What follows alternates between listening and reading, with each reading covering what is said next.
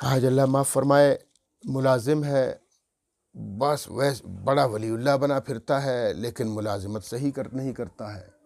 اور اگر جناب کاروبار میں ہے، عجیب لوگ، عجیب انداز ہے لوگوں کا۔ یاد رکھیے یہ جو فرمایا کہ وَلَا تَأْكُلُوا أَمْوَالَكُمْ بَيْنَكُمْ، آپس میں ایک دوسرے کا مال مت کھایا کرو۔ کیا اس کا مطلب یہ ہے کہ دیکھیں میں دودھ فروش ہوں، میں جناب کیا کرتا ہوں، کہتا ہوں یار یہ جو مسالے والے ہیں بڑے ظالم لوگ ہیں، مسالوں میں لکڑی کے برادے وغیرہ ڈالتے ہیں۔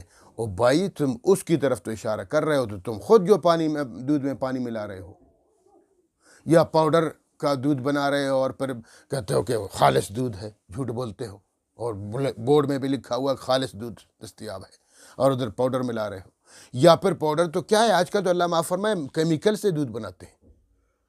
واشنگ مشین کافی ساری رکھی ہوئی بڑی بڑی، بس ان میں جناب وہی کیمیکل ڈال دیا، برابر کر دیا، یا پاؤڈر مکس کر دیا اور لوگوں کو دھوکہ دیا۔ خدا تمہیں نہیں دیکھ رہا؟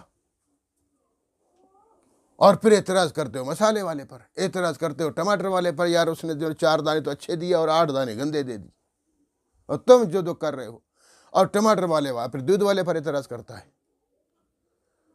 اور پھر جناب ملازم صحیح ملازمت نہیں کرتا ہے، اور پھر سارا دن گلے شکوے کرتا پھرتا ہے کہ ٹماٹر والا ایسا ہے، پیاز والا ایسا ہے، دکاندار ایسا ہے، دودھ والا ایسا ہے۔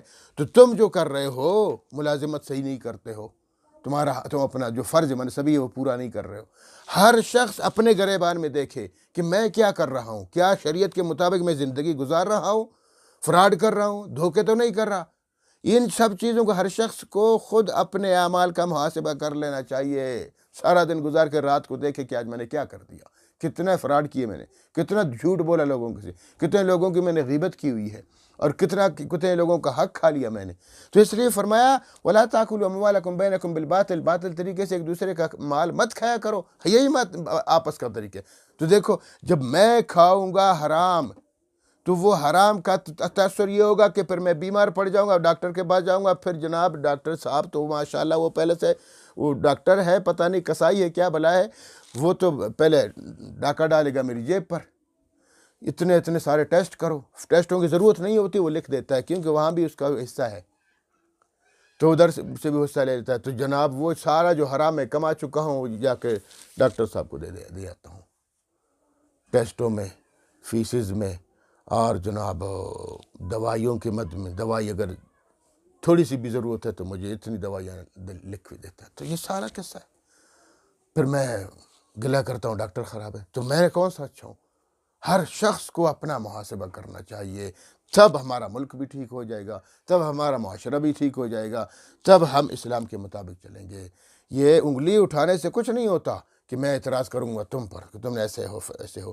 خود اپنے اوپر جب اشارہ کرتے ہو ایک انگلی آپ کی طرف ہے تو پھر 4 انگلیاں میری طرف بھی ہے نا۔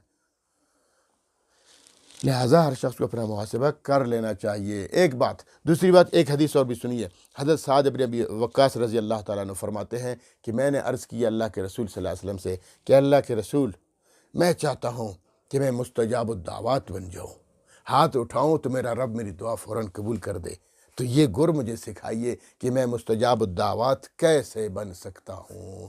تو اللہ کے رسول نے فرمایا کہ عبدالاسد یاد رکھو، تم اپنی کمائی حلال کر دو، کھانا تمہارا حلال ہوگا، پینا حلال، بس اب اس حلال سے تمہارا جسم پلتا پھولتا رہے گا۔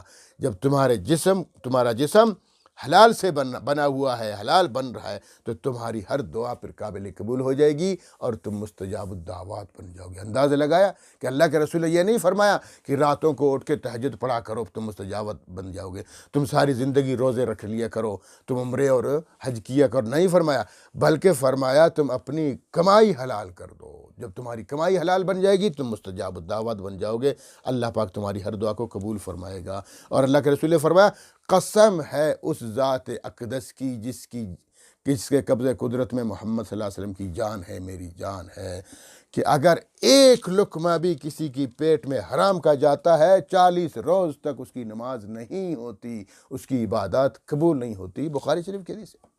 اور فرمایا حرام گوشت کے لیے جس جسم کا گوشت حرام سے پل رہا ہے وہ جہنم کا مستحق ہے۔ لا حول ولا قوت الا باللہ۔ دیکھیں کتنی بڑی سخت وعیدیں ہیں۔ اللہ رب العالمین ہم سب کو نیک بننے کی توفیق عطا فرمائے، اپنی کمائی کو حلال کرنے کی توفیق عطا فرمائے۔ اور بڑی احادیث ہیں تو بات لمبی ہو جائے گی، اس لیے فرمایا کہ وَلَا تَأْكُلُوا أَمْوَالَكُمْ بَيْنَكُمْ بِالْبَاطِلِ، غلط طریقے سے ایک دوسرے کا مال مت کھایا کرو، وَتُدْلُوا بِهَا إِلَى الْحُكَّامِ، حکام کی طرف غلط انداز میں مت لے جایا کرو کہ وہاں تم چاپلوس ہو۔ خود اللہ کے رسول ایک دفعہ فرمایا کہ دیکھو لوگوں سنو، حضور نے خود فرمایا کہ کہہ دو ان سے کہ میں یہ تمہاری طرح کا ایک بشر ہوں، ایک انسان ہوں، تم میرے پاس لے کر آتے ہو اپنے قضیات، اپنے جھگڑے، میں فیصلہ تو کر دوں گا ظاہری طور پر۔ یاد رکھو، اگر میں کسی کے حق میں فیصلہ کر دوں اور فیصلہ اللہ کے نزدیک درست نہیں ہے، کیونکہ میں تو تمہاری زبان کو دیکھتا ہوں، تمہاری زبان کی صلاحیت بڑی تیز ہے، اور تیز کی وجہ سے میں تمہارے حق میں فیصلہ کرتا ہوں۔ اگر میں تمہارے حق میں فیصلہ صحیح نہیں کیا، شرعی حساب سے غلط کیا، تو یاد رکھو میں تمہیں جہنم کا ٹکڑا دے رہا ہوں، زمین نہیں دے رہا۔ اندازے لگائیں۔ تو اس لیے فرمایا لِتَأْكُلُوا فَرِيقًا مِنْ أَمْوَالِ النَّاسِ، تم لوگوں کے کہ مال کا ایک حصہ کھا جاؤ بالاسم، گناہ کر کے، وَأَنْتُمْ تم جاننے کے باوجود بھی تم حرام کاری کرتے ہو، پھر تو تمہاری عبادات گئی، سب ختم، ضائع ہو گئی، کیونکہ وہ قبول ہی نہیں ہوں گی۔ اللہ رب العالمین ہمیں صحیح معنوں میں عمل کرنے کی توفیق عطا فرمائے۔ وآخر دعوانا ان الحمد للہ رب العالمین۔